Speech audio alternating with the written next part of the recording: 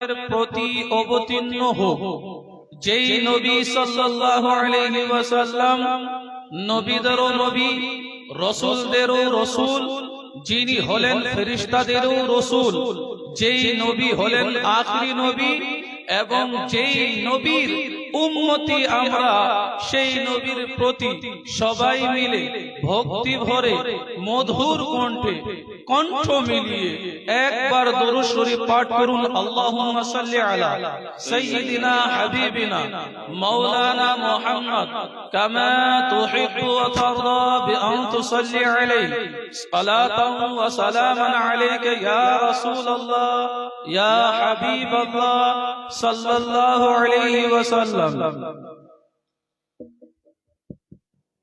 সম্মানীয় মুসলিম শ্রোতা, আজকে যে বিষয়ে এই অনুষ্ঠানটি অনুষ্ঠিত হয়েছে,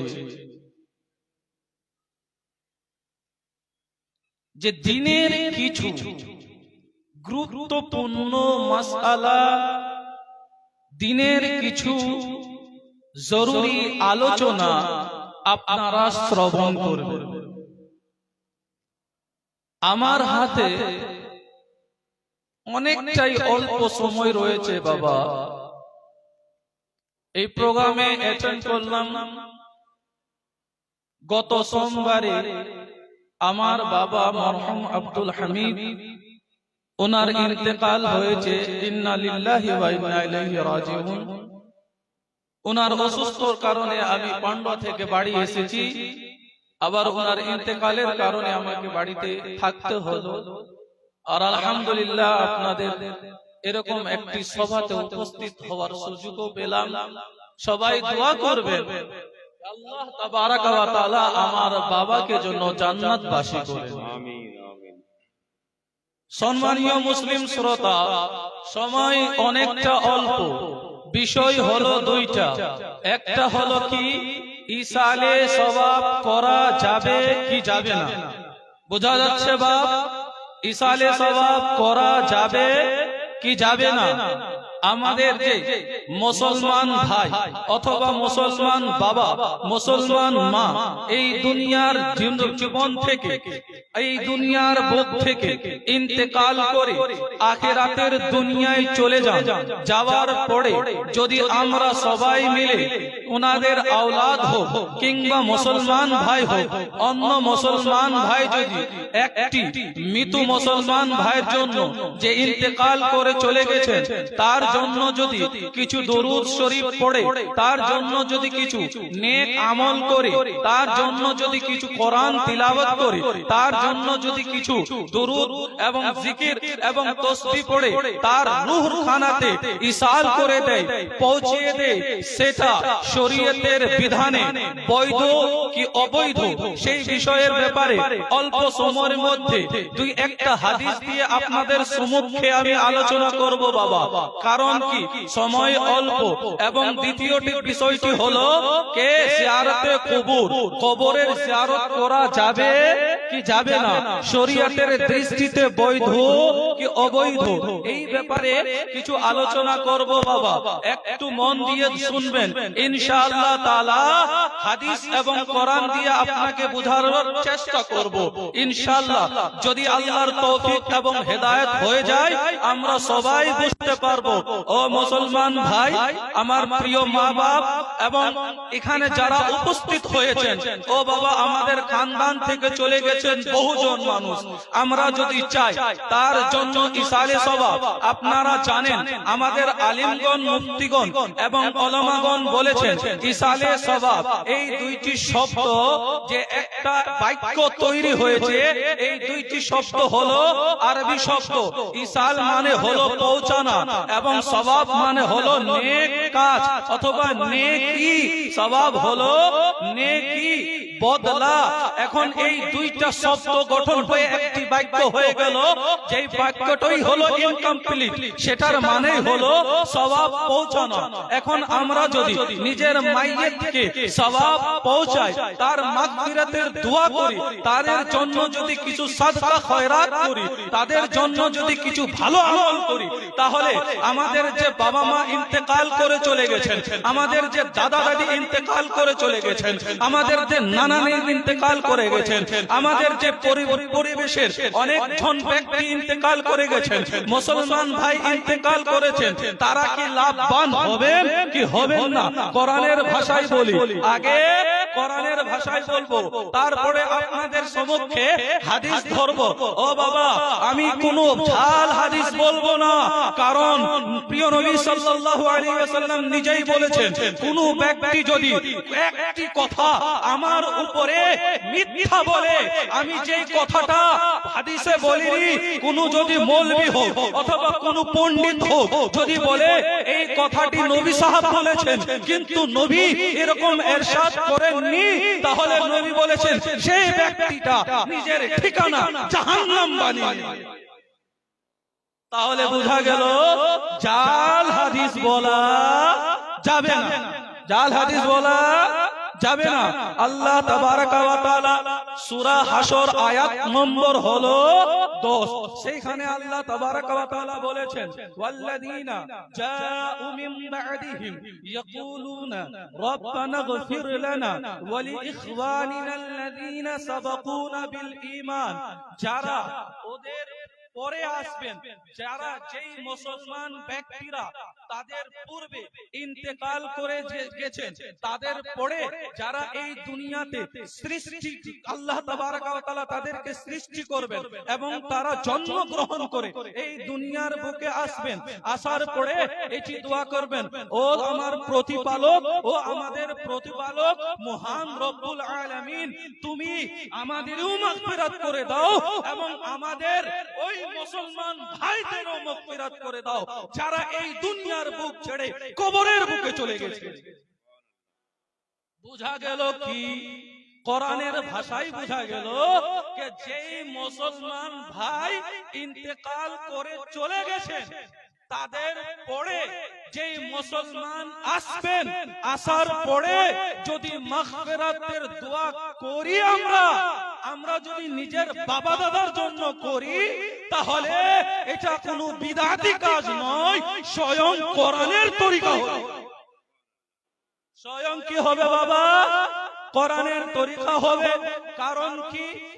এই যে আমরা কোরআনের তিলাওয়াত করি, কিছু নেক আমল করি, যখন একটা ছেলে অথবা মুসলমান ভাই নিজের আমল করার পরে আল্লাহর বারকাতে দোয়া করবে, ও আমার প্রতিপালক মহান রব্বুল আলামিন, তুমি আমার অমুক মুসলমান ভাইকে অথবা দুনিয়ার মধ্যে থেকে, দুনিয়ার বুক থেকে যতগুলো মুসলমান ভাই এবং বোন এই দুনিয়ার বুক ছেড়ে চলে গেছেন, তাদের তুমি মাগফিরাত করে দাও।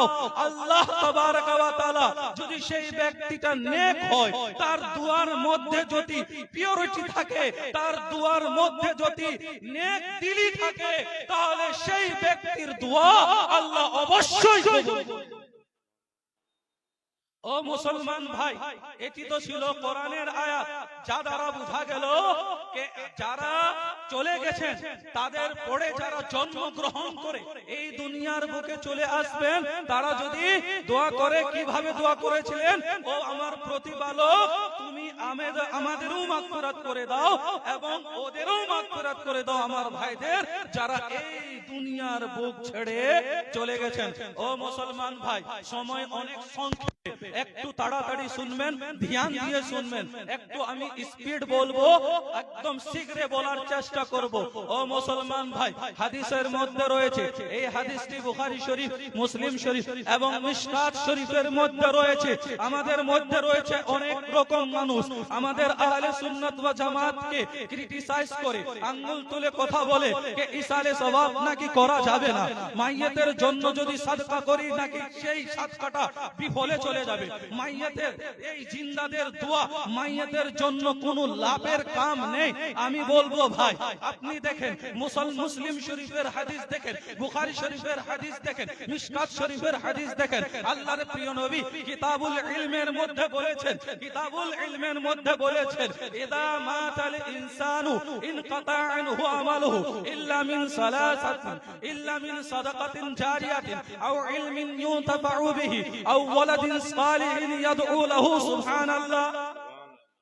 এই হাদিসে দয়ার নবী মায়ার নবী বলেছেন, যখন একটি ব্যক্তি, একটা মুসলমান, যখন মানুষ এই দুনিয়ার বুকে বুক ছেড়ে ইন্তেকাল করে কবরের বুকে চলে যায়, তাহলে তার আমলের যতটাই রাস্তা রয়েছে, কয়টা রাস্তা রয়েছে, সমস্ত রাস্তা বন্ধ হয়ে যায়, সমস্ত রাস্তা শেষ হয়ে যায়। কিন্তু তিনটা রাস্তা, তিনটা পদ্ধতি খোলা থাকে বাবা।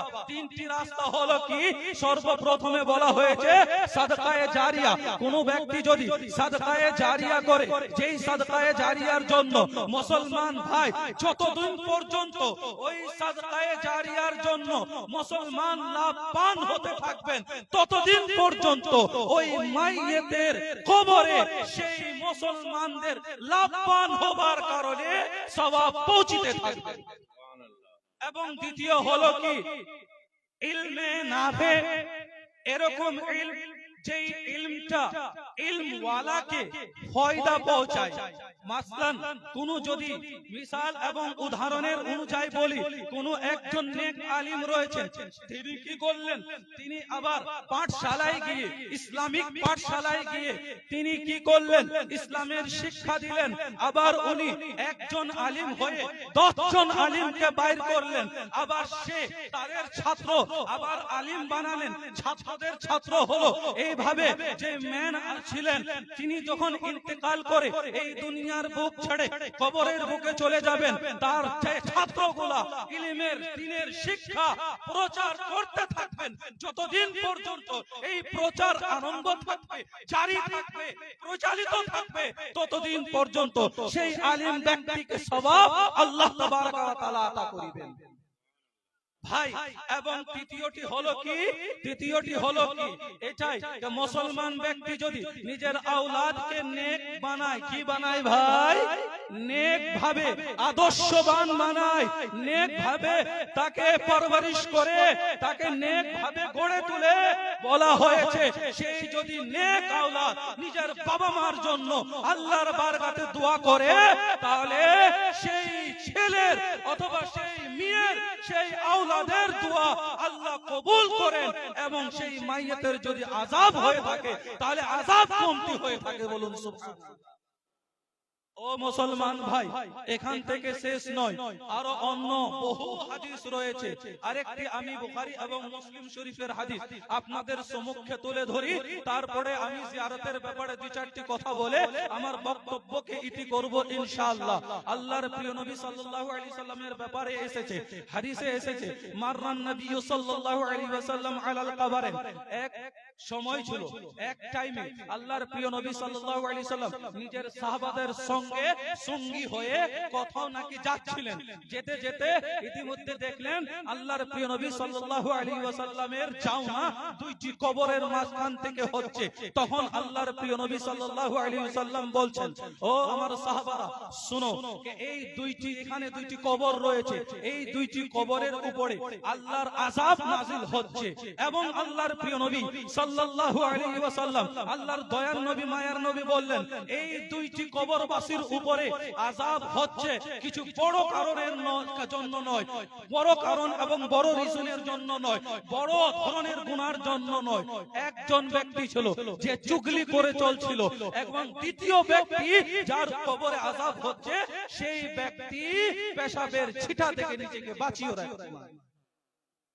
তখন আল্লাহর প্রিয় নবী সাল্লাল্লাহু আলাইহি ওয়াসাল্লাম খেজুরের কাঁচা ডালি সাহাবার দ্বারা নিয়ে সেই কাঁচা ডালিটাকে 2 ভাগে বিভক্ত করলেন। কি করলেন বাবা?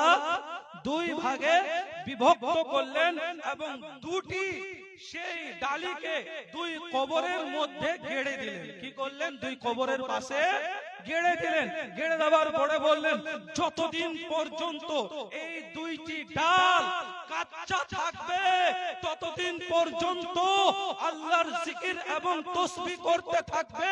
আর যতদিন তাসবিহ এবং জিকির করতে থাকবে, মাইয়াত যে দুইটা রয়েছে তাদের উপরে যে আযাব হচ্ছে সেই আযাব কমতে থাকবে।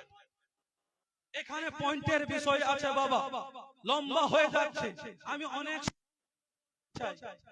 সেই সংক্ষেপে একটা হলো কি, আসল যেটা বলবো ঘটনা সেটা হলো কি, যখন গাছপালা তাসবিহ করে যদি মাইয়াত লাভবান হয়, তাহলে একটা মুসলমান ব্যক্তি যার ভিতরে ঈমান, যার ভিতরে ইসলাম রয়েছে, যার ভিতরে দ্বীনের আলো রয়েছে, সেই যদি নিজের মুসলমান ভাইয়ের জন্য দোয়া করে তাহলে অবশ্যই আল্লাহ কবুল করিবেন। করিবেন কিনা বাবা? অবশ্যই করিবেন। হযরতে মুহতারাম এই হাদিসে আছে, এই হাদিস দ্বারা বোঝা গেল যে নবী সাল্লাল্লাহু আলাইহি ওয়াসাল্লাম জমিনের ভিতরে কি চলছে সেটাও জানেন, বলুন সুবহানাল্লাহ। এবং কি কারণে আযাব চলছে সেই কারণগুলো উনি জানেন। আল্লাহু আকবার।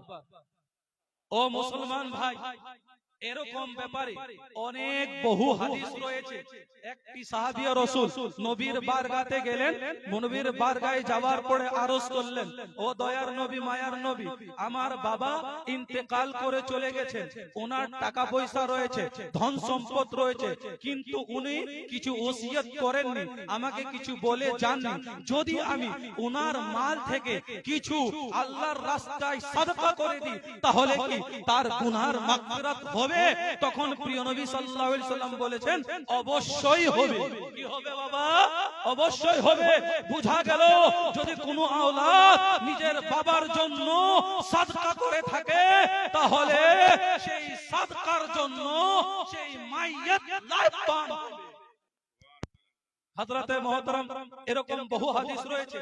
এখন আসি আপনাদের কাছে জিয়ারতে কবরের ব্যাপারে।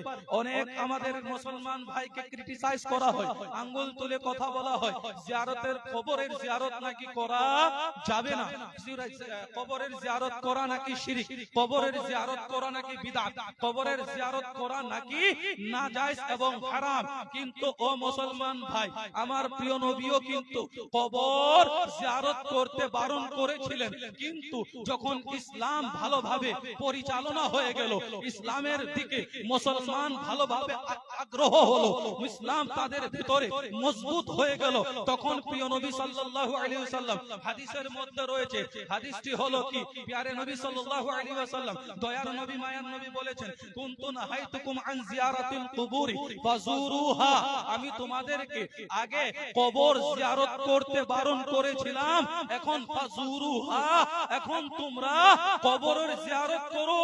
কারণ কি? ফাতুযাক্কিরুল আখিরা, কবরের জিয়ারত আখিরাতকে স্মরণ করিয়ে দেয়। বোঝা গেল কি? বুঝাইটাই গেল কবরের জিয়ারত করলে মানুষ দুনিয়া থেকে বেরাগত, মানে দুনিয়ার পিপাসা, দুনিয়ার লালসা, দুনিয়ার যে একটা প্রেম ভালোবাসা আছে, দুনিয়ার প্রেম ভালোবাসাটা কম হয়ে যায় এবং আখিরাতের দিকে সে বেশি ভাবা এবং চিন্তা নিজের মস্তিষ্কে নিয়ে আসে, ভাবনা এবং চিন্তা মস্তিষ্কে নিয়ে আসে। ও মুসলমান ভাই, বেশি আপনাদের সম্মুখে সময় নেব না। এখানে প্রিয় নবী সাল্লাল্লাহু আলাইহি ওয়াসাল্লাম বলেছেন, আগে আমি এর পূর্বে তোমাদেরকে কবরের জিয়ারত করতে বারণ করেছিলাম, কিন্তু এখন তোমরা কবরের জিয়ারত করো। কারণ কি? একটি riwayate এসেছে, কারণ এটাই, এই কবরের জিয়ারত দুনিয়ার মমতাকে কম করে দেয় এবং আখিরাতের দিকে বাড়িয়ে দেয়।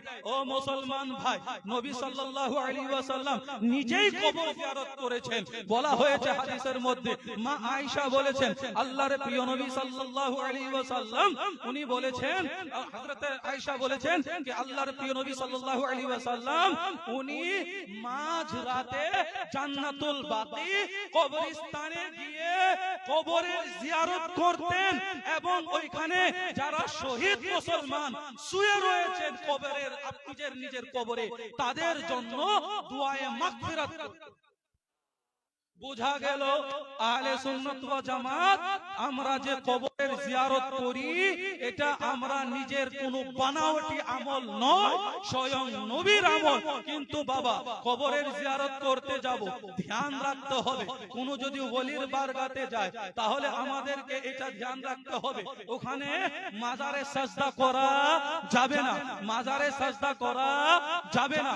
মাজারওয়ালাকে সবকিছু বলে তার কাছে প্রশ্ন করা যাবে না, তার কাছে দুটি হাত তুলে চাওয়া পাওয়া করা যাবে না, বরং তাকে ওসিলা বানিয়ে আল্লাহর দরবারে আপনি চান, ও মাবুদ আমি বিভিন্ন ধরনের এই ঝামেলাতে রয়েছি, ও মাবুদ আমার এই ঝামেলাটা সলভ করে দাও তোমার এই নেক বান্দার ওসিলাতে, তখন আপনার এই দোয়াটা সঠিক হবে। কিন্তু যদি কবরবাসীকে আপনি সবকিছু মেনে ওর কাছেই চান তাহলে এটা আবার শরীয়তের বিপক্ষে চলে যাবে।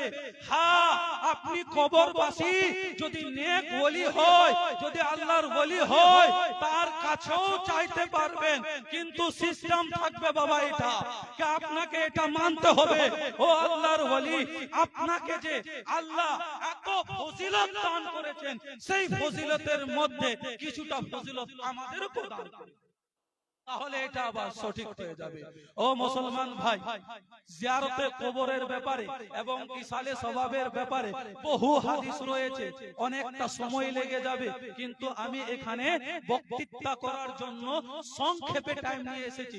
বেশি টাইম নেওয়াও ঠিক হবে না বাবা, কারণ মুফতি সাহেব কিবলা এখানে উপস্থিত হয়ে গেছে। ও বাবা মুসলমান ভাই, আমি এটাই বলতে চাই যে আমরা যে সুন্নি মুসলমান যে মানি যেগুলা কাজকে সেগুলা আমরা নিজের মন মানি করে অথবা নিজের চাওনা হিসাবে বিদআত তরিকায় করি না, বরং যেটাই কাজ করি আমরা আলহামদুলিল্লাহ আগে কোরআন এবং হাদিসে যাচাই করে নি এই কাজটা করা বৈধ কি অবৈধ। যদি বৈধ হয়ে যায় তাহলে সুন্নি মুসলমান করে, যদি অবৈধ হয়ে থাকে তাহলে সেই কাজটা সুন্নি মুসলমান কখনো করে না। আল্লাহ তাবারক ওয়া তাআলা আমাদের সবাইকে বুঝার তৌফিক দান করুক এবং যারা এই দুনিয়া থেকে চলে গেছেন সবাইকে যেন আল্লাহ তাবারক ওয়া তাআলা জান্নাত দান করুক এবং যার গুনাহ খাতা রয়েছে আল্লাহ তাবারক ওয়া তাআলা তাদের গুনাহ খাতার মাগফিরাত করে দাও। এবং আল্লাহর বারগাহে আমি নিজেই ক্ষমা প্রার্থী, আল্লাহ আমার বলার মধ্যে হয়ে যায় কোনো যদি ভুল ত্রুটি, তোমার বারগাহে আমি ক্ষমা প্রার্থী। মওলা আমার গুনাহকে তুমি, আমার খাতাকে তুমি, আমার ভুলকে তুমি মাফ করে দিও। সবাই পড়ি আস্তাগফিরুল্লাহ রাব্বি মিন কুল্লি যামবি ওয়া আতুবু ইলাইহি লা ইলাহা ইল্লাল্লাহু মুহাম্মাদুর রাসূলুল্লাহ সাল্লাল্লাহু আলাইহি